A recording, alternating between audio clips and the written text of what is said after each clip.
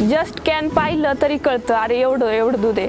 Generally बऱ्याच वेळा काट्यामध्ये डेअरीमध्ये काट्यामध्ये फॉल्ट होतात, म्हणजे पाणी वगैरे गेलं तर ते काटे चुकीचे आकडे दाखवतात.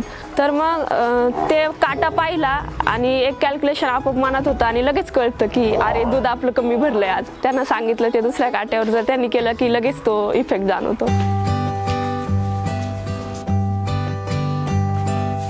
अपंग वडील, लहान भावंड आणि घरात दुसरं कोणीही जबाबदार माणूस नाही, यामुळे घरच्या म्हशींची जबाबदारी श्रद्धावर आली. 11वी-12वी पासूनच तिने घरचा दुधाचा व्यवसाय समर्थपणे आपल्या खांद्यांवर पेलला आहे.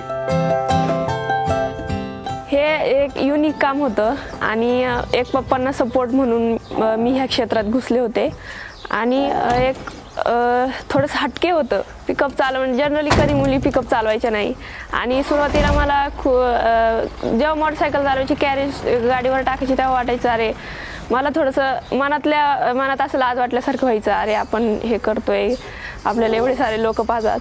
जेव्हा मुलं कॉलेजला सायकलवर निघालेले असायचे तेव्हा मी गाडीवर दूध घालायला निघालेले असायचे.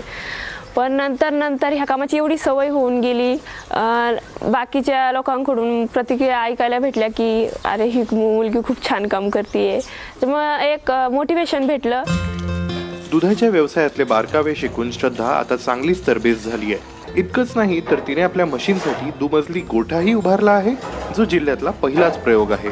यामध्ये मी एवढी रुजून गेली आहे की पप्पांसोबतचे काय अनुभव आहेत. एकदा पप्पा आणि मी एक गुजरातवरून एका माणसाने म्हशी आणल्या म्हणून पाहायला गेलो.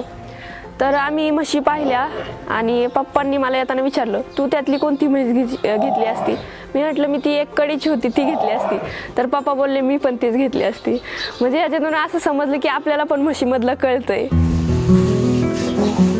घरच्या डेअरीकडे लक्ष देता यावं, हा व्यवसाय वाढवता यावा म्हणून श्रद्धा कुठेही शहरात शिकायला गेली नाही, तर तिने निगोजमधूनच BSc डिग्री घेतली.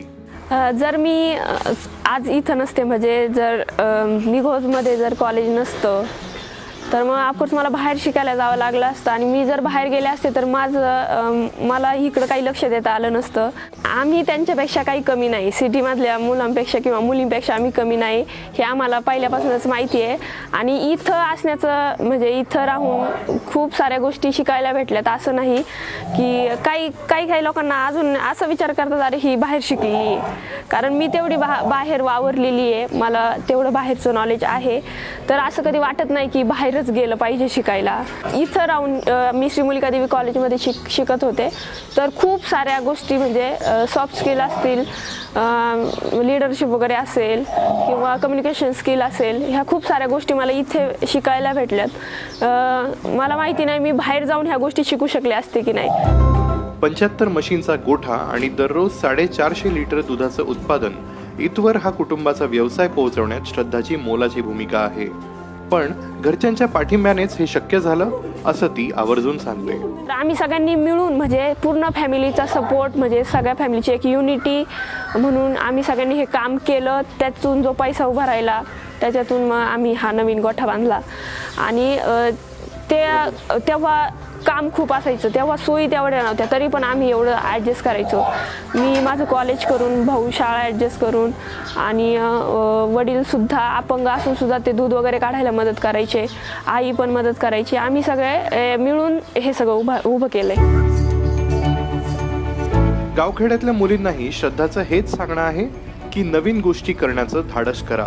जनरली मी सुद्धा पाहते, मी जर म्हटलं कोणाचं तुला पिकअप शिकवते तर त्या घाबरतात, नको गाडीला काय झालं तर, किंवा आपण पडलो तर मोटर बाईक शिकवायची आपण पडलो तर आधीच घाबरतात. आधी घाबरल्या तर मग ते जे शिकायचे ते राहूनच जातं आणि त्या शेवटपर्यंत शिकत नाही. तर अशा मुलींसाठी सांगेन की त्यांनी न घाबरता एक धाडसी प्रवृत्तीने कोणत्या तरी क्षेत्रात उतरा किंवा काहीतरी नवीन शिका आणि एक स्वतःची नवीन ओळख निर्माण करा.